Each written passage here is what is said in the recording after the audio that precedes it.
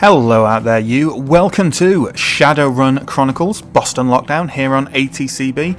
I'm the Bastard and I'm going to be joined in this series a little later by Chris Coreline for a co-op playthrough, but the tutorial is single player only, so here we are. Anyone who's not familiar with the game and the setting, I'll go through them kind of one by one. So Shadowrun is an IP that's been going since, I believe, the late 80s. Correct me, roleplay people. It is originally a tabletop roleplay system, and it's a really interesting idea because it's this kind of mashup of near-future cyberpunk and fantasy, right? So basically you do the cyberpunk tropes of running around, doing jobs for evil corporations and fixers and all sorts of stuff like that, and doing hacking and various fun things with cybernetics, etc., etc. But the whole conceit of the setting is that there's been this kind of event a number of years ago that caused everyone to take on these tropes of fantasy beings, right? So as you can see here, you can be a human, but you can also be orc, elf, troll, dwarf. Yeah, amazing. I think in the actual setting there's gnomes as well. I could be wrong. And as well as hacking and stuff, there's also magic. So you can be like a cyber wizard and stuff. And indeed, that is what we are going to be. The actual game itself is a sort of minimally...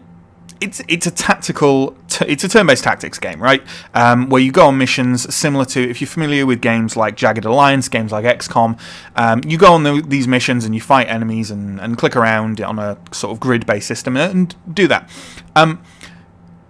The actual skills you use depend on essentially kind of, you don't have classes, but you do select from skill trees to go down, and it's more beneficial for your character if you specialise in a couple of areas. So basically, me and Chris Coreline, because we're going to be playing this co-op, determined that we'd split these skills in a manner that made sense, and so that one of us was sort of techie and one of us was magic-y, because we figured that'd be the most fun for you guys to watch. And I'm taking magic and melee to be specific.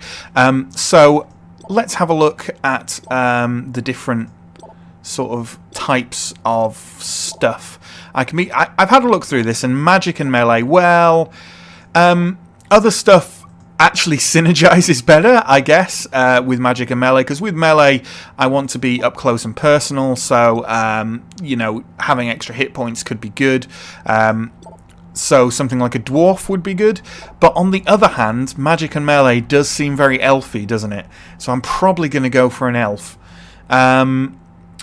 And I do get the -2 hit points, and that is a bit problematic. But I do get +1 movement, and that's good. I also get +5% accuracy, and that could be useful with my magic. So, yeah, I'm going to go for that. It's not actually the best combo, but hell with it. Hell with it. I don't care. So elves are taller and more slender than humans, have pointed ears, and are generally very good looking. Like me. They have very long lifespan. That's not like me. I'm not tall and slender. I don't have pointy ears. I have round, childlike ears. Good looking, eye of the beholder. Obviously, I've been told I'm devastating, but I don't know which way that went. They have very long lifespans and are more nimble than other meta types. Okay, bit of nimble. That's good. This is actually a really bad combo, because I won't be firing off magic very often range because of the particular skill tree I'm going down. But well, maybe I am being stubborn. Maybe that's a bit fool. Maybe I'm hindering myself for a kind of traditional fantasy lore thing, which maybe I shouldn't be doing. And I am a bit more of a dwarf, it has to be said. I am a bit more of a dwarf. Go on, let's go with dwarf. So, shorter and stockier than humans, that's definitely me. They are long-lived, robust, and faced with less prejudice than some of the other meta-types. Yeah, that's totally me. I am faced with less prejudice than other meta-types. It's true. So, you get loads of different backgrounds you can use, like really loads. And I haven't I guess I should have clicked through these and had a look at which one I wanted to take, because otherwise it will take a long time. I'm not going with boring, because that'd be boring. Gearhead is a no. Dancer seems probably not. Former wage slave, I don't need the extra hacking. BTL addict, that sounds bad. Mentor spirit bet, well, I am going to become a summoner. So that might be a good thing. Get extra hit points, more spirit power, lower walk and sprint range though, and that's bad because I'm going for melee. 5% easier to get hit, that's also bad. Mental Spirit Rat, extra mana and spirit power, extra organ harvesting, 10% hard to get hit but minus 15% damage. That's not good either. Snake, here, this might be good. Plus 1 mana, plus 3 physical armor, plus 3 magic armor. Those are all good things. Minus 10% accuracy. And like I said, I'm not going to be firing very much off. And 10% accuracy minus 10% isn't that bad anyway. I am attuned to my totem spirit and its characteristics affect you. Snake is wise and a hoarder of secrets. Snake fights only to protect itself and others. So there we go. And being as we're called Snake, let's kind of steal. And this reference, I guess, it's up to you, I suppose, whether it's from DC or Kill Bill, but it's from DC. Copperhead. Let's call ourselves Copperhead. Snake, Copperhead. It makes sense. So, let's have a look at my... well, am I going to completely model it after myself is the question. Probably not is the answer. Well, we're called Copperhead, and that would seem to indicate we've got orange hair, right? So let's go with that. Yeah, that looks pretty sweet. That's probably the closest, I suppose. The closest icon for us. Yeah? Okay. There we go. Beard, though. Do we want a beard? We are a dwarf. It would seem uncommon to not have some kind of beard. Let's go with a kind of pseudo-troll slayer look there. There we go. Excellent. Yeah, okay. And being as we're making it like me, let's get the appropriate skin tone for me, which is as pale as physically possible. Because I don't go outdoors. Okay. Yeah. That looks good. This is Copperhead. Yeah. This looks alright. Let's create Copperhead. We'll then have to give him some... Oh, here we go. Shadowrun, noun. Any movement, action, or series of such made in carrying out plans which are illegal or quasi-legal. The year is 2076, 65 years after the Awakening. Am I going to be able to read that in time before it goes away? Yes, I am, because there's a click thing. Yay! So, 65 years after the Awakening. Oh, no! See, yeah. It's just screwing with me. Just screwing with me. Basically, elves, dwarves, and dragons and shit turn up 65 years ago. You got it. Shadowrun Chronicles, Boston Lockdown. Boston Metroplex. United Canadian and American States. Oh, yes. Also known as UCAS. That means something different in the UK. Boston Secret Medical Facility. Let's do this thing. Let's run at shadows. Mission briefing. Boston 2076. The last thing you remember is an explosion. Then things went black. You can hear voices whispering in the darkness as the sharp smell of disinfectant assaults your nostrils. Subject now ready for anesthetization. Anesthetization started. Prepare cortex replacement. Cortex prepared. The command unit will be pleased. Hush, we should not discuss this. Malfunction in anesthetization unit. We need to abort. That went downhill fast. Patient is regaining consciousness. Administer anesthetic manually. Let me... What are you... I'm sorry. Please, lie down. You were in an accident. Everything will be okay. No. No! Put that thing away. No, stay down, you... Oh. What are you doing? Please, stay back. This is all a misunderstanding. Ah!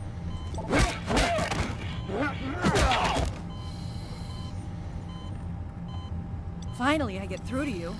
What happened? Why are all these guys dead? Never mind. Get out of there before security catches you. Where am I? An underground research facility. You were heavily sedated. You're probably feeling a little out of it. Focus on my voice, and I'll guide you through. What do I do? Look for a way to open the door. There must be a button nearby. Right then. Okay, so yeah, this is the interface. Just a wee quick guide for all of you out there. My series aren't really meant to teach you how to play a game, but you know, it's always handy to know what the hell's going on. So this is my dude, obviously. I can zoom in and out, which is fun. I can also change the angle, which is nice. And any of you who've played XCOM or seen my XCOM series will be going, okay, so far so XCOM, right? And you're not entirely wrong, although there isn't a strategy layer in the game. Oh my god, I can see my bum. A dwarf's bum! Insane. Now, I can move around here just by clicking to walk, which is fine. I have my weapons that I've woken up with, a taser rifle and a tonfa, and I can do these attacks when it's time to do that.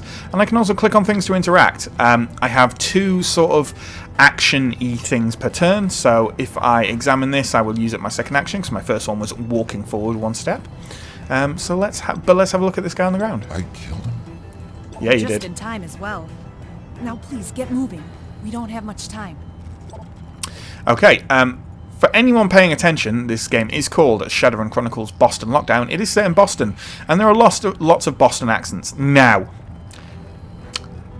fully aware that someone viewing this may be from Boston, and that's fine, that's great. Your city has a wonderful history, you know, and it's got Harvard University and all sorts of things like that. And hey, I love something positive. The webcomic, right, is set in Boston, all sorts of stuff like that.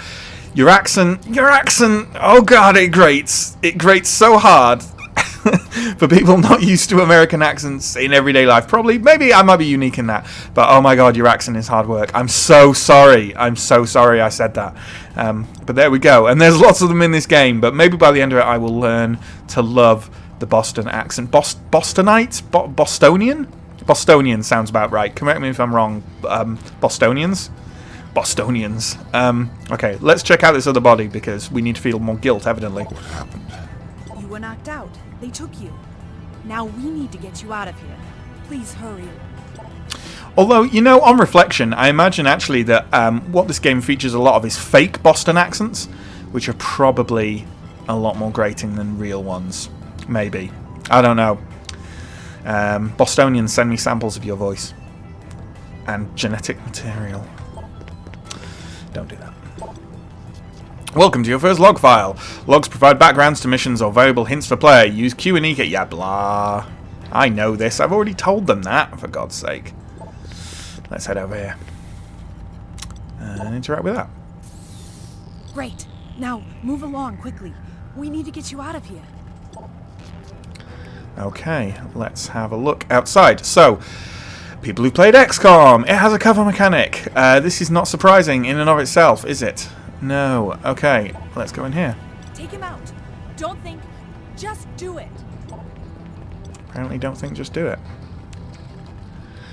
Okay, let's whack this guy up with our tonfa. So here we go. You can hover over the different attacks for an indicator of how much damage it's going to do. It's going to do 10 damage with a blunt weapon. And he's got 10 hit points. How lucky is that? Almost as if they designed it that way. Whack. Good work. Now open that door over there. You can't go through the hallway. That guy totally had children. What a tragedy. Okay, let's have a look at here. You're probably going to tell me just what to do with the game more. Yep. Attack enemies in melee from a distance, blah, blah, blah. Attacks end turns, so there's that to deal with, basically. And let's walk there, and then we'll end the turn prematurely, because we want to be able to open this and then do something. So. Okay, there we go. Subject is in augmentation room 3. Repeat, we have the subject in sight. Watch out! They have guns! Guns! I'll need to take them out. Flank them to get a better shot. Well, I can't even see them at the moment, so, you know. Let's go over here. There we go. There they are. Miss. Miss. Okay, so I'll slowly flank them, but first I need to get into range, obviously. Good. You're in cover now. They'll have a harder time hitting you, but you're not in a good position to attack. Don't remember. Keep moving. Try to flank them. Yes, yes. Flanking. Flanking, flanking. But for now I can't flank them, so let's just try our luck with a shot. 39%, you know, might still do it. So let's give a go at stunning this guy. 39% is higher. Yeah! That's what I like to see. Ow! Could be worse. And then with this guy, let's hop over here. See? You do remember how to pick your spots. Now you have a clear line of fire on them. Take them out. Already done that, Jane. Keep up. Yeah. 69%. Nice. Nice. Good to see that at least your instincts are awake. Fuck you. Let's examine this thing. Did you know? Flanking and cover. Yes, that's why I've just done it. But thank you for telling me. I do appreciate it. Okay, and these are what levels are like, only bigger and with more players. the actual game, obviously you can play it co-op, because I'm going to do that with Chris Coreline, and most of the missions are kind of 4-player ones.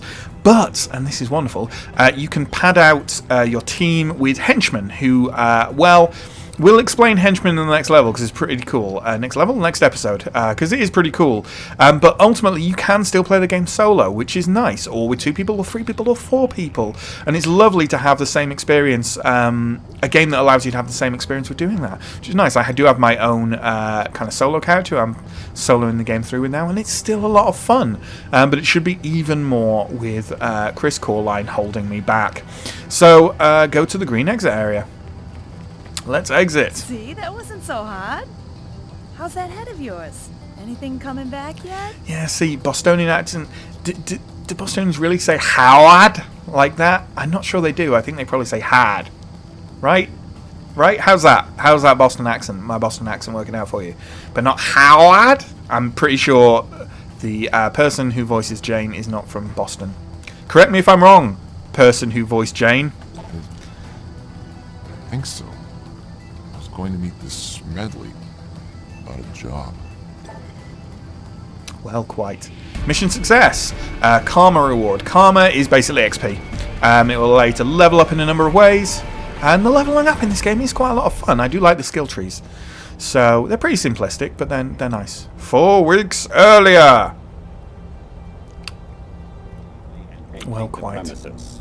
In the Boston Leather District. Life has been tough. Lately. Oh, right, you're doing it. You're out of Fine. luck and low on New Yen, and you need a job that pays. RC, a friend of yours, has put in a word with a local fixer. So you make your way to the Leather District to meet him. They used to call that neighborhood the Combat Zone. Things haven't changed much, it seems. Okay, flashback, etc. Okay, now we get to customize our character a bit more. So we start off with 1 in basically all the weaponish skills. So you've got regular weaponish skills. Melee are blades and blunt. Ranged is pistol, shotguns, and automatics. You've also got hacking and rigging. Hacking is basically the kind of damage and debuff hacking thing, and rigging is basically the drones hacking thing. So it's got like pets, right? So you have like drones as pets. Spellcasting and summoning are the same. Spellcasting is all like DPS and control. Summoning is summoning spirits as pets, which is really cool, and is what we're going to do. There's also mind and body, which are handy for basically getting access to things and also just generally boosting your character. On every level there's things you can open up and find loot, and there's like there's 4 things. There's unlocking, like lock picking, organ harvesting, which is great, hacking, and another one, demolishing. So between me and Christopher Coreline, we're going to split those in 2, and yeah. Then we can open everything, hopefully. But first off, let's have a look at the skill trees we're going to go down. So summoning and blades are going to be our primary, right? Because this is what I've decided. And the rationale is not excessive. Summoning because I like the pets. And blades because my main character has blunt. And that's basically it. That's the only difference. So let's have a look. We've got 8 karma to spend. We already have slash, which just cuts people up. We could get dash, which allows you to dash to a position and still perform an action, which is excellent. That's very good, especially when you're melee, which you would be if you have blades. Summoning, so we can do a power bolt. That's kind of the basic standard magic attack, but we can spend 4 and get a minor bear spirit, which summons Brother Bear to our side as a powerful ally imbued with raw strength. And we're totally going to do that. We are totally going to do that. We're buying that right now, so let's learn that. Let's have a look at mind and body. So we could pick up demolish or lockpicking to start out with. We're going to take demolish and organ harvesting. That's what's been assigned to us by mutual agreement.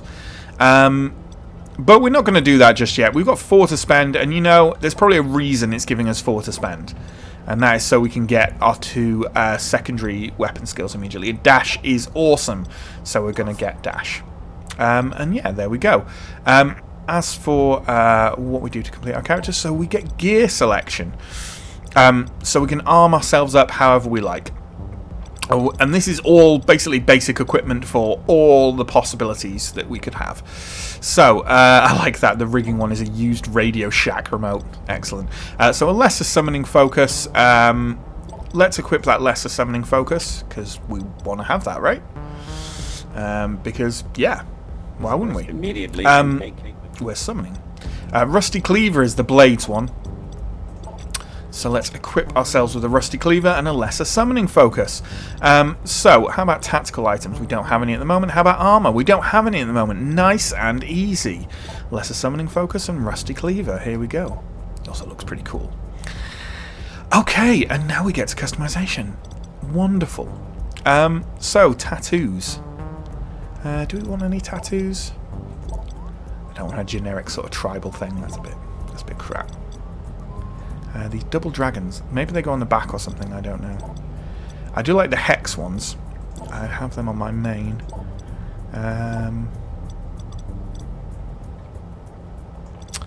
The main stuff is interesting because in the lore of Shadowrun, there's I've forgotten the name. Aztechnica, something like that, is kind of the main corporation that deals with magic, and they are like Aztecs basically. So the Mayan thing. Well, Mayans weren't Aztecs, you know. Fudge it, whatever. I'm actually going to go for Lady Luck Black.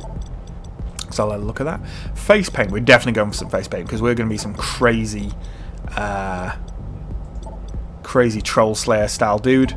And in the spirit of that, let's go with blue. I think Troll Slayers have blue face paint in Warhammer, maybe? I don't know. Either way, it looks good. It offsets our hair wonderfully. Headwear, we're not going to go with any because we don't want to cover our cool hair. We've already selected our hair, we've already selected our beards. Face wear, though, do we need anything? Do we need anything, or are we just getting in the way? Welder goggles. Do we need some shades? Disperse immediately. I don't know. Those would be pretty weird and cool. These would cover up our beard. Quayle mask. Cool. Are these unlocks from my other character? Do unlocks carry over? Maybe they do. I think... yeah, why not? Let's go with Matrix. Matrix shades. What the hell? Okay, upper body. I'm actually tempted to go full Troll Slayer. Shall we go full Troll Slayer for now? I think we will.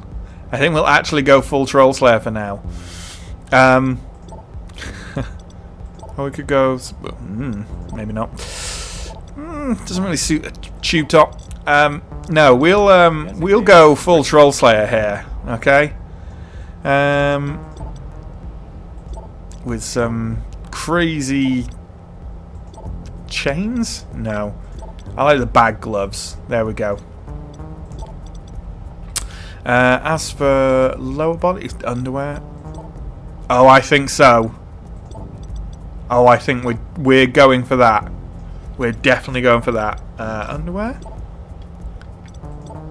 Or just as we are? I think as we are, probably.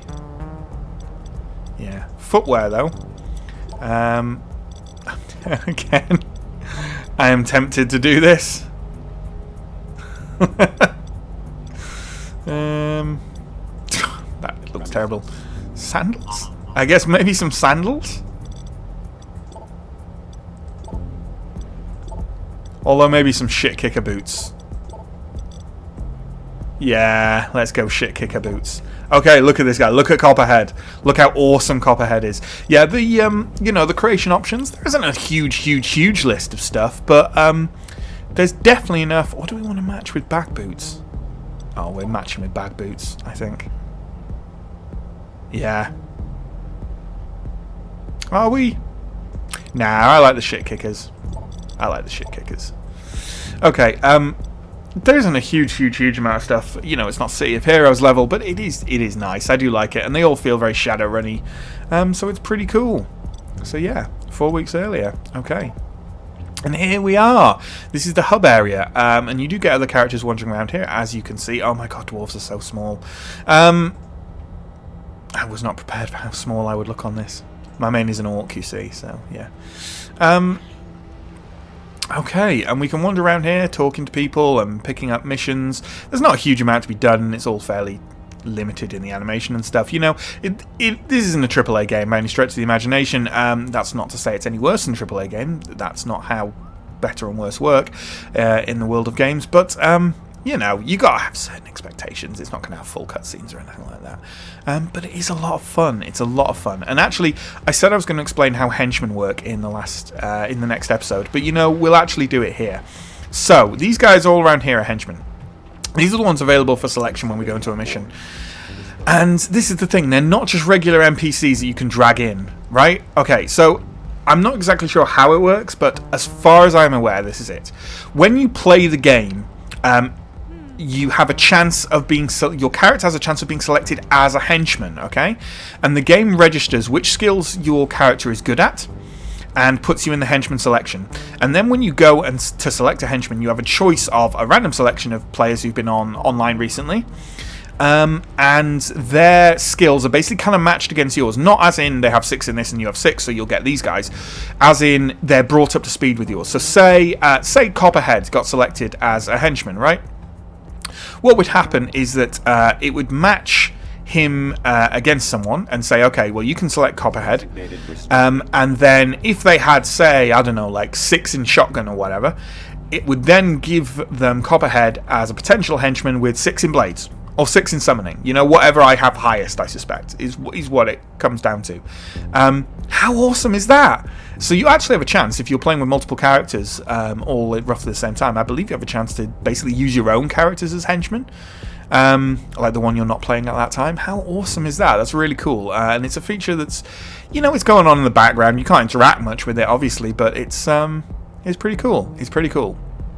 So, what we're going to do in the next episode, because I believe the very next mission can be co-opted, is we're going to see you with me and Chris Coreline in tow for the next episode of Shadowrun Chronicles, where we begin the game proper, and yeah.